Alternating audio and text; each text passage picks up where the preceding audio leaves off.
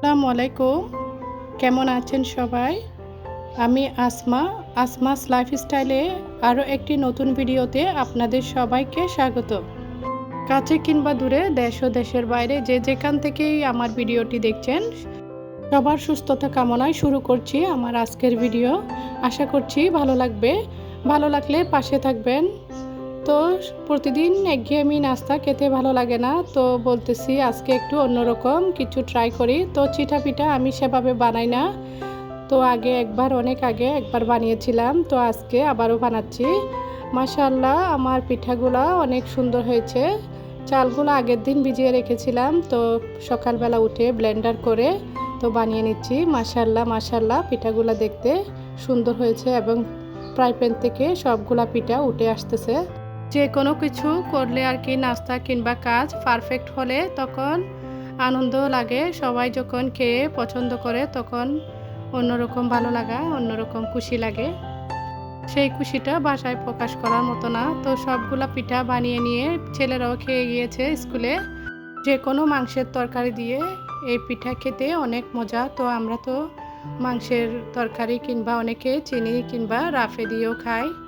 তো চিটা পিঠা বানানোর সময় সব জায়গায় এভাবে চিটে পড়ে কামিটা আর কি। তো তো আমি বানানোর ফাঁকে ফাঁকে একটু পর পরেই মুছে নিচ্ছি, কেননা ভালো লাগতেছিল না, সব জায়গায় চিটে পড়তেছে, দেখতে খারাপ লাগতেছে। তো ছেলেরাও খেয়ে গিয়েছে আর ছেলের বাবাও খেয়ে চলে গেছে অফিসে। এখন আমরা নাস্তাটা সেরে নিচ্ছি। মাঝে মধ্যে সবাই একসাথে নাস্তা করা হয়, নয়তোবা আলাদা আলাদা সবাই যার যার মতন করে নাস্তাটা করি। তো আমি চা দিয়ে বেশি পছন্দ করি এই চিটা পিঠাটা খেতে। তো আমি সাথে চাটা নিয়ে নিছি। তো চা ছাড়া তো আমার নাস্তাটা কমপ্লিট হয়ই না। নাস্তার আগে আমি চা নিয়ে আগে বসি। এই পিঠা শুধু আমার মা বানায় খাওয়াইতো আর কি আগে। তো ইদানিং আলাদা হওয়ার পর থেকে আমি নতুন নতুন সব কিছু বানানোর চেষ্টা করতেছি। আসলে নিজের হাতে যে কোনো কিছু বানিয়ে খেতে ভালোই লাগে, একটু কষ্ট হলেও। তো নাস্তা সেরে অফ ক্যামেরায় দোহাপালা করে এদিকে কাপড় ধুয়ে দিচ্ছি, মেশিনে দিয়ে দিচ্ছি আর কি। তো মেশিনে দিয়ে দিয়ে আমি অন্য কাজ করে নিব। নাস্তা সেরে আমি কাপড় দেওয়ার আগে মেশিনে রান্নাঘরে আমি যা কিছু রান্না করব সব কিছু বের করে রেখেছি। নাস্তা সারার পরে যদি ভাত বসিয়ে আর যা কিছু রান্না করব সেগুলা ফ্রিজ থেকে বের করে রাখলে সুবিধা হয়, তো রান্না করতেও সময় কম লাগে। তো আমি ধাপে ধাপে সবগুলা কাজ করে নিচ্ছি। এদিকে মেশিনে কাপড় দিয়ে আমি ঘরটা ক্লিন করে নিব অফ ক্যামেরায়। তো আমি এভাবে অল্প সময়ের মধ্যে আমার ঘরের সবগুলা কাজ আমি করে ফেলি একা হাতে, হেল্পিং হ্যান্ড ছাড়া। তো গুছিয়ে কাজ করলে সময়ও কম লাগে আর ধাপে ধাপে সবগুলা কাজ টাইমের মধ্যে হয়ে যায়। তো আমি মেশিনে পাউডার দিয়ে পাউডারটা ঠিক জায়গায় রেখে দিব। এই বোতলের মধ্যে, বয়ামের মধ্যে আর কি আমি পাউডার রাখি। তো এটা আমি ফিল্টারের পাশে রেখে দিই, কেননা মেশিনের পাশে ফিল্টারটা তাই হাতের নাগালে রাখি, যাতে কাপড় ধোয়ার জন্য তাড়াতাড়ি পাউডারটা নিয়ে ফেলতে পারি। তো এভাবে রাখলে, গুছিয়ে রাখলে আর কি টাইমও কম লাগে, কাজ করতেও ভালো লাগে। এই তো আমি এগুলো সব ভিজিয়ে রেখেছিলাম।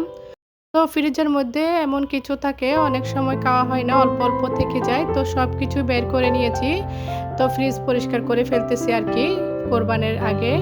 তো এদিকে আমি আলু ভর্তা বসিয়ে দিছি। আজকে আলু ভর্তা আর আমডাল রান্না করব। সব আপুদের ভিডিওতে দেখতেছি আমডাল আমডাল আমডাল, দেখে আমার লোভ লেগে গেছে। এখন আমি আজকে আমডাল রান্না করে ফেলবো, কেননা আমি লোভ সামলাইতে পারতেছি না। আমার না যখন যা মন চায় খেতে তখন সেটা রান্না করে ফেলি, তো অপেক্ষা করি না। তো আমডাল তো সেভাবে আমি রান্না করি না, তো আপুদের থেকে দেখে এখন একটু একটু রুচির পরিবর্তন হচ্ছে আর কি। এদিকে আলু সিদ্ধ হয়ে গেছে, তো এখন ভর্তা করে নিব। আর ডালটাও সিদ্ধ হয়ে গেছে, এখন আমি সেই পাতিলের মধ্যে বসিয়ে দিব। আপনারা কিছু মনে করবেন না, আমি পাতিলটা হাত ধুই নাই, পাতিলটা একটু ডালগুলো একটু লেগে লেগে আছে। তো ডালটা চটকে নিয়ে আমি ওটার মধ্যে বসিয়ে দিচ্ছি, কেননা আমি এভাবেই করে ফেলি, না হলে অনেকগুলা পাতিল হয়ে যায়, ধোয়ার জন্য অনেক ঝামেলা হয়ে যায়, আমি একা পক্ষে অনেক কষ্ট হয়ে যায় আমার। এই তো আমি ডালটা একটু ম্যাশ করে নিয়ে তারপরে এখন বসিয়ে দিচ্ছি, বাগার দিচ্ছি আর কি। এভাবে আমি আজকে রান্না করতেছি, অন্যভাবেও রান্না করি, ওইভাবে বাগার দিয়ে একেবারে পেঁয়াজ রসুন ওগুলা ঢেলে দিই। আজকে এরকমই রান্না করতেছি। তো এক এক সময় এক একভাবে রান্না করি। তো আমটা একদম পরে দিব, না হলে ভর্তা হয়ে টক হয়ে যাবে। আমি এগুলা আপুদের থেকে শিখতেছি। ইউটিউবে আমি যখন এই চ্যানেলে কাজ করতেছি তখন থেকে নতুন নতুন রান্না নতুন নতুন কাজ শেখার চেষ্টা করতেছি। তো আমি আগেও বলেছিলাম শিক্ষার কোনো শেষ নাই, শিক্ষার কোনো বয়স নাই।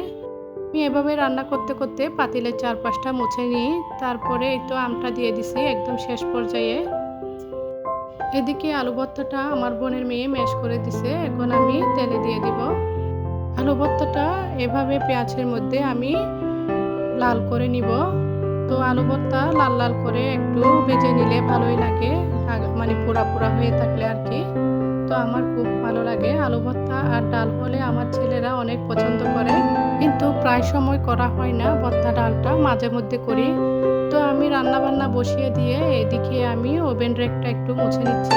এই ওভেন রেকের মধ্যে অনেক কিছুই রাখি আমি, সব কিছু ইলেকট্রিক জিনিস, আর উপরের থাকে আমি কোরআন শরীফ রাখি। ওই কোরআন শরীফটা হচ্ছে খণ্ড খণ্ড ভাগ করা, যাতে এক খণ্ড নিয়ে পড়তে পারি, মানে একবার আর কি, বাংলা অনুবাদ সহ। তো পড়তে খুবই ভালো লাগে, তো মাঝে মধ্যে নিয়ে পড়ি বাংলা অনুবাদ সহ। তো এদিকে আমি এখানে আয়রন, ইলেকট্রিক মিটার, তারপরে আরও অনেক কিছু ইলেকট্রিক জিনিস আর কি, সব কিছু এখানে রেখেছি। তারপর নিচের থাকে আমার মেয়ের খেলনা আর আমার মেয়ের খাবার, যাতে ও নিয়ে খেতে পারে, হাতের নাগালে পায়। নিচের থাকে একদম পুরো ওভেন র্যাকটা আমি মুছে ফেলতেছি। তো শুধু ওভেন না, এখানে অনেক কিছু রাখা হয়, কিন্তু র্যাকটা ওভেনের জন্য আনা হয়েছে, সেজন্য ওভেন র্যাক বলি। ভিডিওর এই পর্যন্ত কে বা কারা আছেন জানি না আমার মিষ্টি মিষ্টি প্রিয় আপুরা, তো প্লিজ একটি লাইক দিয়ে কন্টিনিউ করবেন। আর নতুন আপুদেরকে বলছি প্লিজ সবসময় পাশে থাকবেন। পুরার একটা অফ ক্যামেরায় মুছে নিয়েছি, আরও কিছু ছিল আর কি ওই দিকটা। তো ক্লিন করে নিয়ে রান্নাঘরে চলে এসেছি। তো রান্নাঘরে এসে দেখি ধনেপাতা কাঁচামরিচগুলো আছে। হাতে যখন সময় আছে তখন টিভির রুমে নিয়ে এসে বসে দুজনে মিলে বেছে নিয়েছি। তো গরম লাগতেছে, এই গরমের মধ্যে আপনাদের ভাইয়া মানে কিছুদিন পর পরে আইসক্রিম নিয়ে আসতেছে। তো এক বাক্স শেষ হয়ে গেলে আরেকটা বাক্স নিয়ে আসে। তো আইসক্রিম মনে হয় শেষই হয় না বাসা থেকে। তো সব সময় আপনাদের সাথে শেয়ার করলে মনে হয় শো অফ করি, সেটা কেউ বলবেন হয়তোবা। তো সেই জন্য সবসময় আইসক্রিম খাওয়াটা শেয়ার করি না, মাঝে মধ্যে শেয়ার করি। তো কিন্তু আপনাদের ভাইয়া এভাবে এক বাক্স করে নিয়ে আসে, চকবার কিংবা যে কোনো কিছু বাক্সের মধ্যে করে নিয়ে আসে। তো এক বাক্স শেষ হতে না হতে আবারও নিয়ে আসে। অনেক সময় বেশি কিছু দেখাতে গেলে মানে নিজেও খারাপ লাগে, লজ্জাবোধ লাগে।